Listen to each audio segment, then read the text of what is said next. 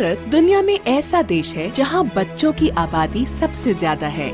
इन 40 करोड़ बच्चों में से हर एक बच्चा देश के भविष्य का प्रतिनिधित्व करता है, लेकिन इनमें से बहुतों के सामने बाधाएं मौजूद हैं। भारत के 4% बच्चों का स्कूल में दाखिला ही नहीं होता, 58% प्राइमरी शिक्षा पूरी नहीं करते और 90% पूरी स्कूली शिक्षा नहीं ले पाते। केवल 10% बच्चे ही कॉलेजों और विश्वविद्यालयों तक पहुंच पाते हैं। सूचना के युग में ये आंकड़े बहुत निराश करने वाले हैं। क्या टेक्नोलॉजी के टूल्स भारत के बच्चों को अपने सपनों को सच करने की योग्यता दे पाएंगे? आइए पता लगाते हैं।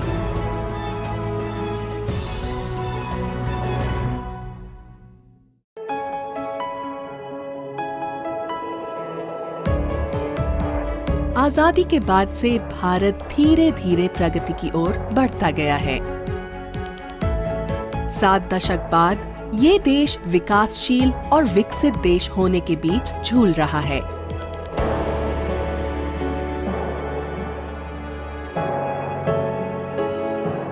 यदि भारत को अपनी बाधाओं को पार करना है तो इसे लोगों को सशक्त बनाना होगा और सशक्त बनाने के सबसे बड़े माध्यमों में से एक है शिक्षा।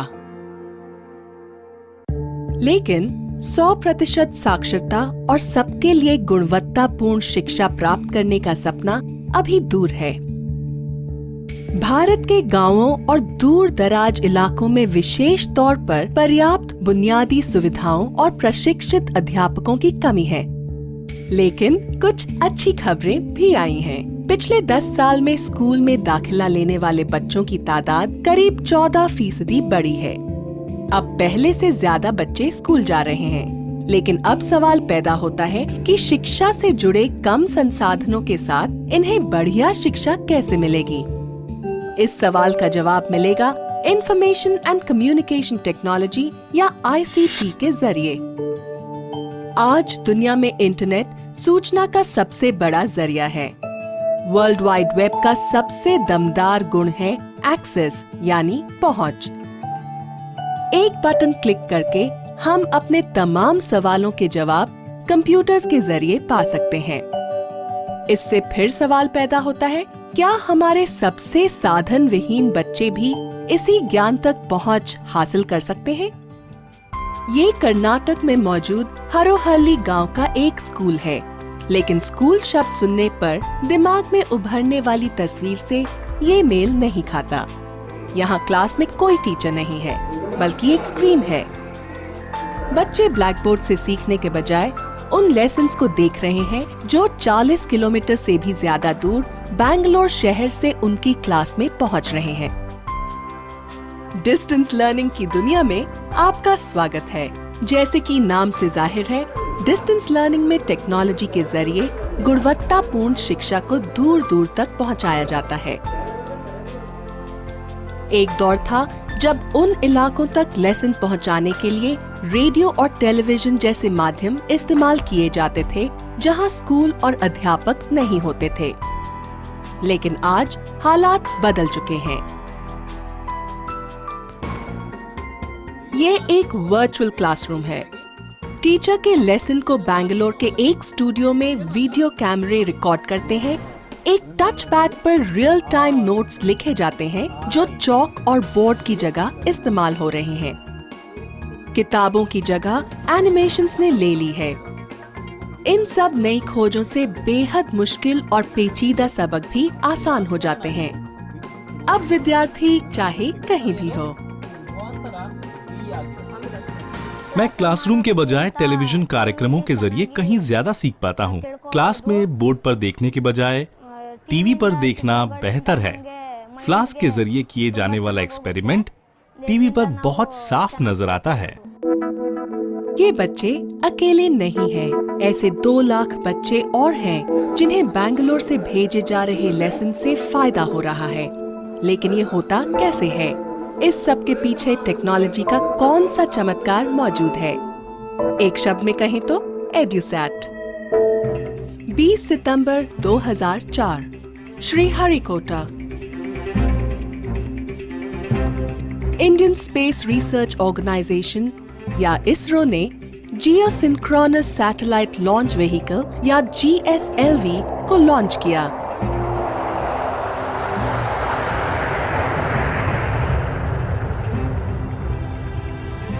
GSLV के साथ करीब 2000 किलोग्राम वजन वाला एक सैटेलाइट भी था।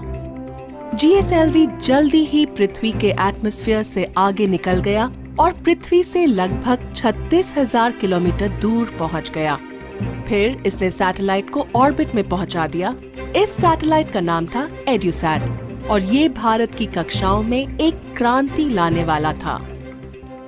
एड्यूसैट का काम था बैंगलोर जैसे टीचिंग एंड कहलाने वाले स्टूडियोज से स्कूल और कॉलेज के लेसन्स को अपलिंक करना और उन्हें भारत के 20 राज्यों के क्लासरूम एंड्स यानी कक्षाओं तक पहुंचाना।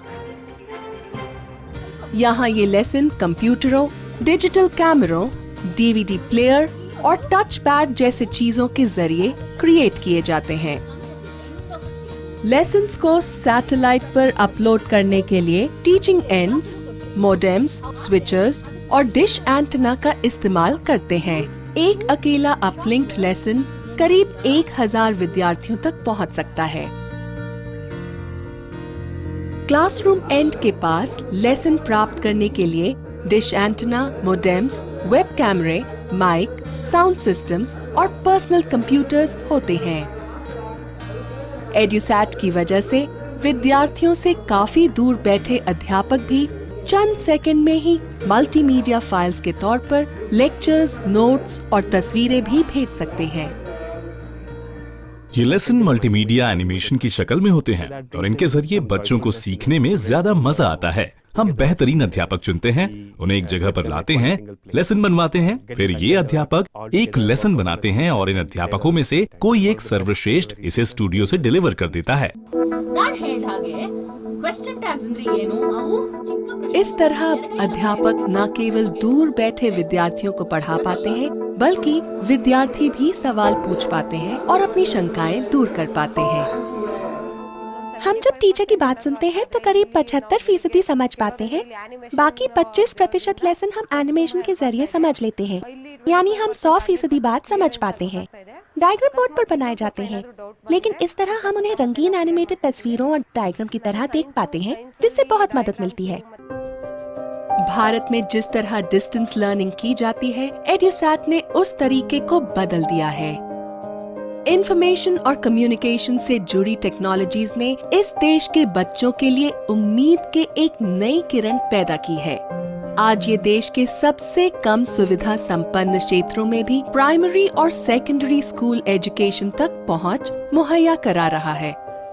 लेकिन उन बच्चों के बारे में क्या कहा जाए जो हायर स्टडीज या प्रोफेशनल शिक्षा पाना चाहते हैं? Indian institute of technology Bharat के बेहतरीन इंजीनियरिंग कॉलेजों में से एक है। इसके मुंबई कैंपस के इन बड़े बड़े कमरों में भारत के कुछ सबसे प्रतिभाशाली विद्यार्थियों को शिक्षा दी जाती है। लाखों विद्यार्थी IIT में पढ़ने की ख्वाहिश रखते हैं, लेकिन 10,000 से कम ही यहाँ पहुँच पाते हैं। यानी जो बच्चे देश के बेहतरीन प्रोफेसरों से नहीं पढ़ पाते, उन्हें ये विशेषाधिकार हासिल नहीं हो पाता है। लेकिन जैसा कि एक IIT प्रोफेसर को लगा, ऐसा नहीं होना चाहिए। इस देश में 37 करोड़ 10 लाख नागरिक ऐसे हैं जिनकी उम्र 14 साल से कम है। 10 करोड़ 60 लाख बच्चों की उम्र 6 साल से भी कम है। सामान्य स्कूलों और कॉलेजों के जरिए इन सभी लोगों तक पहुंच बनाना संभव नहीं है, तो इसके लिए आपको हर संभव तरीका अपनाना होगा और टेक्नोलॉजी ही वो अकेला तरीका है जिसके जरिए इतने बड़े स्तर पर इतनी अच्छी क्वालिटी की शिक्षा दी जाती है।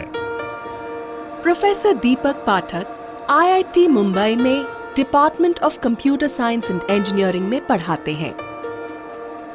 वो सिर्फ क्लासरूम में ही नहीं, बल्कि रिकॉर्डिंग स्टूडियोज में भी क्लास लेते रहते हैं। Welcome to the first week of the T10KT workshop on effective mentoring of online students in computer programming. I hope by now you are registered and you have a login ID for the course Moodle as well as a login ID for the IIT Bombay X platform. Professor internet के जरिए चलने वाले एक online education platform के लिए भी अपना योगदान देते हैं। ये प्लेटफॉर्म किसी भी ऐसे विद्यार्थी को बेहतरीन शिक्षा मुहैया कराता है जिसकी पहुंच वर्ल्ड वाइड वेब तक है। इस प्लेटफॉर्म को प्रेरणा मिली है मूक यानी मैसिव ओपन ऑनलाइन कोर्सेज से। इस कॉन्सेप्ट को हार्वर्ड और MIT जैसी यूनिवर्सिटी बनाती है।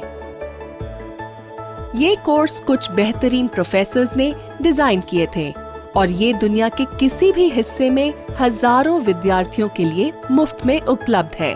उन्हें बस चाहिए एक इंटरनेट कनेक्शन और एक लैपटॉप।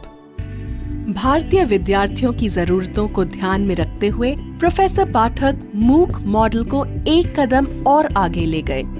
उनकी टीम ने एक ऐसा ऑनलाइन लर्निंग प्लेटफॉर्म डिजाइन किया है जो क्लासरूम की पढ़ाई का मेल कराता है ऑनलाइन कोर्सेज के साथ। and also we will be circulating the minutes of that meeting. इस कोर्स में वीडियो लेक्चर, ऑनलाइन डिस्कशंस और असाइनमेंट शामिल होते हैं, बिल्कुल मूक की तरह। Surveying, civil engineering. लेकिन यहाँ फर्क ये है कि विद्यार्थियों को ऑनलाइन लर्निंग भी हासिल होती है और क्लासरूम के सेशन भी। हम ब्लेंडेड मॉडल में अध्यापकों को नियमित क्लासेस लेने के लिए कहते हैं। फर्क ये होता है कि लेक्चर डिलीवर करने में वक्त बर्बाद करने की बजाय प्रॉब्लम के हल पर विचार विमर्श होता है और डिस्कशन सेशन वगैरह होते हैं। इस तरह के ऑनलाइन शैक्षिक प्लेटफॉर्म्स के जरिए ज्ञान को और बढ़ाने की असंख्य भावनाएं उपलब्ध होने लगती हैं। विकास से जुड़े भारत के सबसे बड़े उद्देश्यों में से एक है सभी विद्यार्थियों को शिक्षा का अधिकार मुहैया कराना, न सिर्फ स्कूलों में बल्कि शिक्षा के उच्च संस्थानों में भी। और पिछले दशक में इसी क्षेत्र में इंफॉर्मेशन एंड कम्युनिकेशन टेक्नोलॉजी या ICT ने काफी प्रगति की है। इस नए मिलेनियम के शुरू होने के वक्त ICT में एक शब्द की बड़ी अहमियत थी, कनेक्टिविटी या यूं कहें इंटरनेट कनेक्टिविटी। साइबर स्पेस की वर्चुअल दुनिया के जरिए जितने ज्यादा विद्यार्थी जुड़ते गए, उन्हें भारत और दुनिया की बेहतरीन यूनिवर्सिटीज और अध्यापकों के जरिए उतने ही ज्यादा शिक्षा से जुड़े रिसोर्स हासिल होते गए। अब बहुत से प्रोफेशनल और रिसर्च फील्ड्स में इंस्ट्रक्शनल वीडियोस और लेक्चर्स उपलब्ध थे। इसके लिए भारत को एक ऐसा ताकतवर इंटरनेट नेटवर्क चाहिए था जिसकी न सिर्फ रफ्तार तेज हो बल्कि जिस पर भारी फाइल्स भी आ जा सकें, जैसे कि YouTube के जरिए हासिल हो पाती हैं। अगर आप आज की दुनिया पर नजर डालें तो उसमें सिर्फ फिल्में या कई तरह का मनोरंजन ही शामिल नहीं है, बल्कि इसमें सेहत के साथ साथ इंजीनियरिंग से जुड़े विषयों की भी ढेर सी जानकारियां हैं। YouTube पर क्लिक करिए तो आपको शानदार हाई डेफिनेशन पिक्चर मिल सकती है और सिर्फ 5 मिनट की ऐसी फिल्म में ही आप किसी चीज को इस्तेमाल करने के तौर तरीके समझ जाएंगे।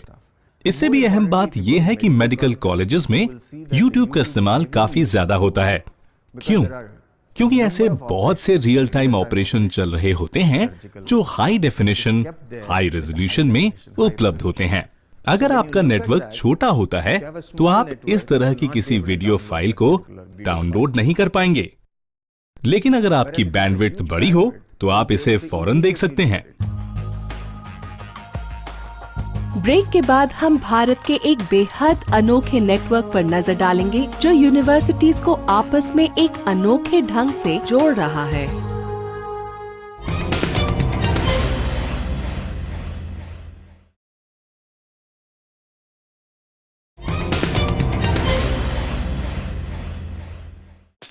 दो 2009 में भारत में नेशनल नॉलेज नेटवर्क या NKN की शुरुआत हुई ताकि हाई स्पीड कनेक्टिविटी उपलब्ध कराई जा सके।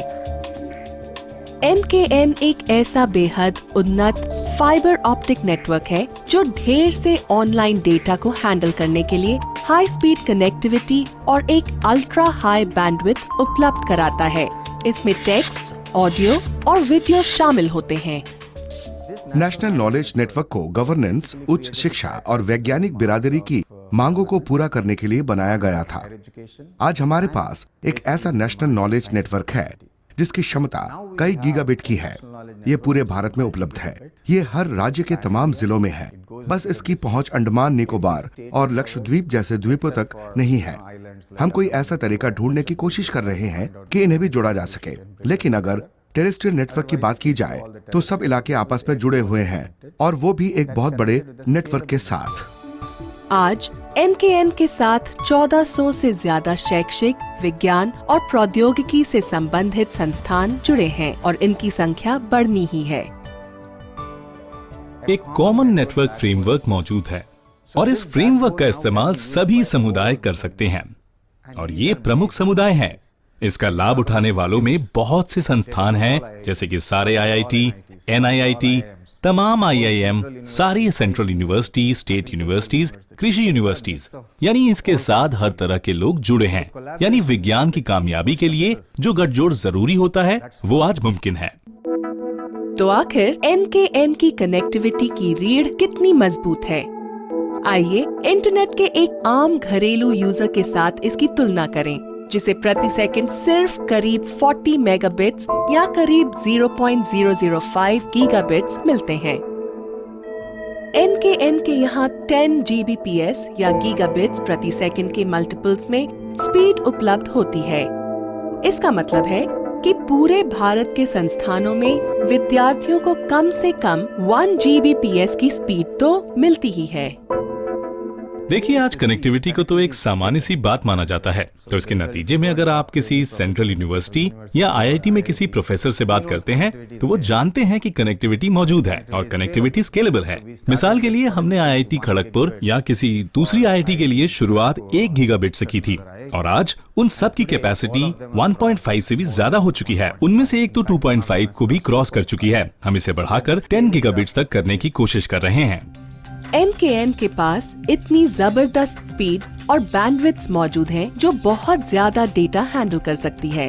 इसके अलावा NKN अपने सभी संस्थानों को इनसे भी जोड़ता है। EduSat, जिनीवा में CERN में मौजूद global knowledge networks, virtual labs जहां भारतीय विद्यार्थी पूरी दुनिया में मौजूद मशीनों तक पहुंच बना सकते हैं और उन्हें दूर से ही ऑपरेट कर सकते हैं, डिजिटल लाइब्रेरीज जैसे स्पेशल ऑनलाइन सेवाएं, और एक हाई स्पीड सीमलेस नेटवर्क के जरिए वर्ल्ड वाइड वेब के साथ NKN का संबंध।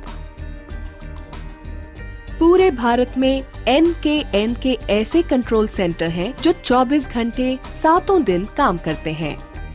एक कंट्रोल सेंटर नेटवर्क की निगरानी करते हुए ये सुनिश्चित करता है कि सब कुछ ठीक ठाक चलता रहे। कंट्रोल सेंटर किसी गड़बड़ी पर भी नजर रखता है और स्क्रीन पर इसके नजर आते ही इसका इलाज कर देता है। आज के दौर में इस तरह की टास्क फोर्स होना बहुत जरूरी है, जब साइबर सिक्योरिटी की चिंता लगातार बढ़ती जा रही है। अब 30 या 20 साल पहले वाला माहौल नहीं है, जब एक छोटा सा वायरस पहले अमेरिका में पनपता था और फिर भारत तक पहुंचने में उसे 24 से 30 घंटे लग जाते थे। ये बात तो 25 साल पहले की है। आज तो अगर वहाँ कुछ भी होता है तो कुछ ही सेकंडों में यहाँ भी हो जाता है। यानी नेटवर्क पर इसका असर बहुत तेजी से होता है, क्योंकि सभी आपस में बखूबी से जुड़े हुए हैं। इसलिए हमें इस चीज पर बहुत चौकन्ने रहकर नजर रखनी होती है, और यही वजह है कि हमने ये कंट्रोल सेंटर बनाया। हमारे पास एक SOC है ताकि हम किसी भी तरह की असामान्यता पर लगातार नजर रख सकें, और यूजर्स की कॉल आती है तो उनकी समस्याएं सुलझाने में उनकी मदद कर सकें। नतीजा ये निकला कि आज भारतीय विद्यार्थी विज्ञान से जुड़ी गंभीर शोध में सुरक्षित ढंग से हिस्सा ले सकते हैं। जम्मू कश्मीर, पंजाब और रांची के विद्यार्थी LHC में पार्टिकल फिजिक्स से जुड़ी बेहद उन्नत शोध में अपना योगदान दे सकते हैं। मटेरियल साइंटिस्ट पूरी दुनिया की लैब्स में एक्सपेरिमेंट कर सकते हैं, और वो भी भारत में बैठे बैठे। रिसर्चर आज चंद्रयान की खोज के नतीजे डीकोड करने के लिए आपस में जुड़ सकते हैं। साथ ही IIT के अलग अलग कैंपसेस में बैठे उभरते इंजीनियर पेचीदा कॉन्सेप्ट्स के बारे में डिस्कशन कर सकते हैं। NKN की अनोखी सोच की वजह से ही 2 मेगाबिट्स पर सेकेंड से ज्यादा या 10 मेगाबिट्स की स्पीड हासिल की जा सकी है, और सरकार के लिए इस खर्च को उठाना काफी सस्ता पड़ेगा। NKN पूरी दुनिया के सबसे बड़े रिसर्च संस्थानों में से एक है। हम किसी स्कूल, कॉलेज या यूनिवर्सिटीज को किस नजर से देखते हैं, आईसीटी ने उसमें बहुत बड़ा बदलाव किया है। लेकिन शिक्षा तभी वाकई सशक्त बना सकती है जब ये सिर्फ पहुंच तक ही सीमित ना हो। इसे उच्च गुणवत्ता वाली भी होना चाहिए। तो आईसीटी हमारे बच्चों के लिए उच्च गुणवत्ता वाली शिक्षा कैसे सुनिश्चित करेगी? जानिए ब्रेक के बाद।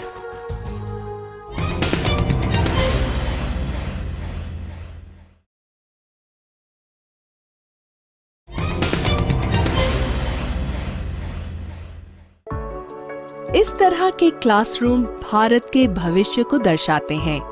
सिर्फ इसलिए नहीं क्योंकि ये बच्चे कल के नागरिक होंगे, बल्कि इसलिए भी कि भविष्य में उनके हाथ में शिक्षा से जुड़े ये औजार होंगे।